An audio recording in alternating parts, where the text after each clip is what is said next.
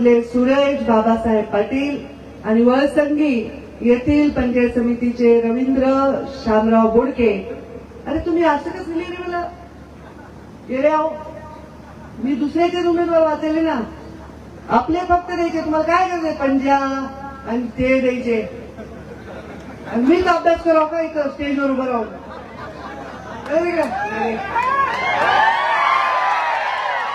यांची काय अपेक्षा आहे? मी तर येऊन बघावं की कोण काय आहे का गैरतीपणा. बाबांनो, फक्त घड्याळ कमळाला मत गैरतीपणा करू नका. तुम्ही यांनी जरी केला असला तरी तुम्ही करू नका. आमची इथे युती आहे. बाबासाहेब पाटलांनी सांगितलं तेव्हा आम्ही व्हिडिओ कॉल करून, व्हिडिओचा मेसेज करून बाबासाहेबांसाठी मतं मागितले. ते म्हणाले ताई ते प्रत्यक्षात आल्यात, म्हणजे उमेदवार माझे किती लाडके असतील हे तुम्ही जरा विचार करा. मी आज सकाळी माझं हेलिकॉप्टर बिघडलं. अर्ध्या लोकांच्या हृदयाचा ठोका चुकला असेल. हजारो लोक फोन करायले, मेसेज करायले. आमची आई तिकडून म्हणाली जाऊ नको, जाऊ नको, बाकी कोणी सभा घेईल नाही, तुलाच काय अडलंय वगैरे वगैरे. तिला आपलं काळजी, तिला नाही वाटतं की आपलीच पोरगी सगळं काम करते. पण मी म्हणलं माझं इथे सभा पक्षाची घेणं हे तर कर्तव्य आहे, पण हे उमेदवार हे माझ्या जीवाचे उमेदवार आहेत, माझ्या घरचे उमेदवार आहेत.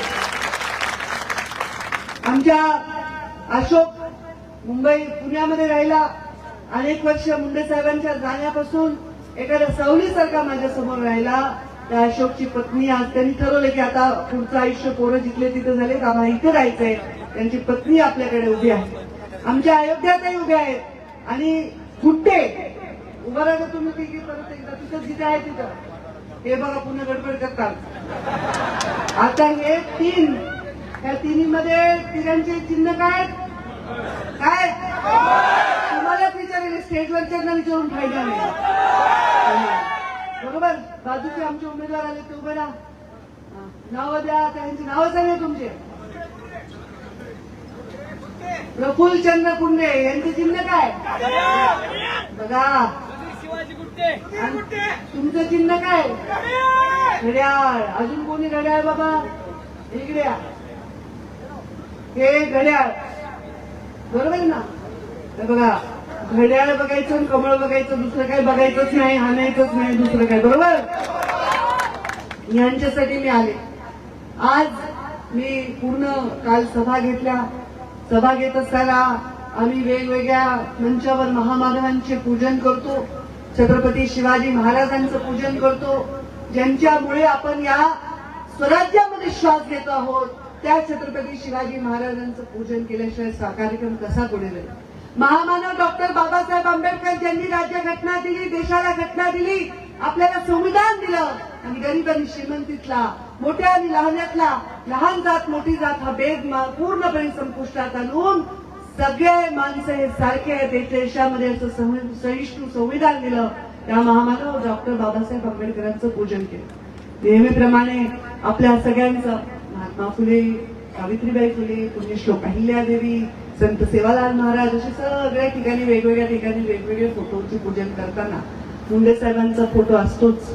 मुंडे साहेबांना वंदन करताना अजूनही लोकांचे डोळ्याच्या कणा पाणावतात आणि मुंडे साहेबांना आठवण करताना अजूनही मायमाऊली आपल्या डोळ्याला पदर लावते, माझ्याकडे बघत असताना आशीर्वाद देते, कारण मी आमच्या वाघाची लेक आहे. हे प्रेम लोकांचं. तर हे करत असताना त्यांच्या बाजूला एक फोटो जो आपल्याला कधीच अपेक्षित नव्हतं की अशा पद्धतीने येईल, ते म्हणजे स्वर्गीय अजितदादा पवार. मुंडे साहेबांचं जाणंही जसं अचानक झालं, पण अजितदादांचं जाणं जे झालं ते अत्यंत मनाला अत्यंत वेदना देऊन गेलं. आदल्याच दिवशी आम्ही कॅबिनेटमध्ये एकत्र होतो. आमच्या घराला एकाच भिंती आहे, पलीकडे देवघरी आहे, इकडे रामटेकमध्ये मी राहते, आणि असं वाटलं नाही की ही वेळ त्यांच्यावर येईल. शत्रूवर पण अशी वेळ येऊ नये. मुंडे साहेबांचे वय 63 वय होतं, अजितदादांचे काय 2-3 वर्ष मागे पुढे असेल. अकाली जाणे नेत्यांनी हे खूप मोठी पोकळी तयार करत असतं, आणि ही पोकळी भरून काढण्यासाठी असंख्य लोकांना स्वतःला रात्रीचा दिवस करावा लागतो, हाडाची काढं करावी लागतात, तेव्हा ती पोकळी भरून निघत असते. हे एवढं सोपं काम नाही. मुंडे साहेब जाणं जसं आपल्याला अजूनही 12 वर्ष झाले, मुंडे साहेबांना जाऊन 12वं वर्ष आहे. अजूनही मुंडे साहेबांचे पुतळे तयार होत आहेत, अजूनही मुंडे साहेबांची स्मारक तयार होत आहेत, अजूनही मुंडे साहेबांच्या नावाने गावातल्या मंदिरामध्ये मुंडे साहेबांच्या फोटोची त्याची स्थापना होते. हो, जो आवडे सर्वांना तोची आवडे देवाला, असं म्हणला हा भाऊ. खरंच आहे. पण या जे देवाला आवडून गेले त्यांचे विचार आपल्याला पुढे चालवायचे, फार मोठा संघर्ष पुढे पेलायचा असतो, तेव्हा ते विचार आपल्याला चालवता येतात. आणि म्हणून मी इथे आले. गोपीनाथ मुंडेची लई काय हेलिकॉप्टर मध्ये बिघाड झाला, सगळे म्हणजे दौरा कॅन्सल करा कॅन्सल करा कॅन्सल करा, म्हणजे हे व्हेंटिलेटर वाढत नाही का, मी कसं दौरा कॅन्सल करू, काहीही झालं तरी मी जाणार. शेवटी माझी आई म्हणली बापासारखी जिद्दी आहे. लोकांसाठी जायचं म्हणलं तर मी कशाचीच पर्वा करत नाही आणि मी घाबरतच नाही. कशाला घाबरत नाही, कारण तुमच्या आशीर्वादाचं बळ आहे, हे मला विश्वास आहे, ईश्वराची कृपा आहे. तुमची सेवा करायची आहे आणि हे कार्य कर्तव्य आहे माझं, की ज्यांनी माझ्यासाठी उभे राहिले. आज अशोकराव केंद्रे आमचा एवढ्या वर्षाचा संबंध आहे. मुंडे साहेब गेल्यानंतर त्यांच्या शाळेवर अनेक वेळा मी कार्यक्रम घेतले. तिथे सगळे सैनिक, ते सगळे पोरं जोरात कार्यक्रम घ्यायचे. आमच्या अयोध्यातही घ्यायच्या. सभापती झाल्यानंतर त्या आता एक गुट्टे आमचा तरुण मुलगा, नवीन मुलगा आलेला आहे, त्याला पण आपण संधी दिली पाहिजे. अशोक सावली सारखा माझ्या पाठीशी उभे राहिला, त्याची पत्नी उभी आहे म्हणून मी आले. कोणीही आपल्यावर प्रेम केलं, कोणीही आपल्या परिवाराचा सदस्य म्हणून राहिलं. जेव्हा अशी परिस्थिती होती की परिवार आणि लोक याच्यात मला भेदच करता येत नव्हता, अशा वेळी हे सगळे माझ्या पाठीमागे राहिले. मी माझ्या पुण्याईची गठडी त्यांच्या पाठीमागे ठेवली आहे. तुम्ही त्याचा सन्मान करणार आहेत का नाही? करणार आहेत का नाही? मकान देणार आहेत का नाही? देणार ना? मग इथे मोठे माणसं दिसतात, टोपीवाले वगैरे, शेतकरी माणसं. तुम्हाला हात जोडून सांगते, तुम्ही या लेकरांना आशीर्वाद द्या. या तरुण आमच्या महिला आहेत त्यांना आशीर्वाद द्या. युवा बांधवांना सांगते, जोरात प्रचार करा. काही इकडे तिकडे बघू नका.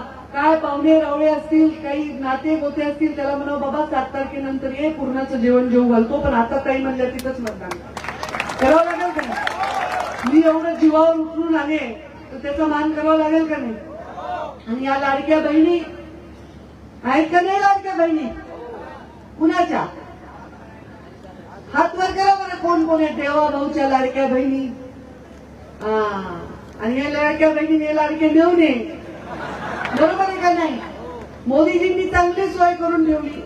लाडक्या बहिणी आहेत, लाडके मेवणे आहेत, शेतकरी सन्मान योजना आहे, 12,000 रुपये वर्षाला अकाउंटवर येतात. हे कोणालाही सुचलं नाही आधी, म्हणून आमच्या मागे उभं राहायचंय.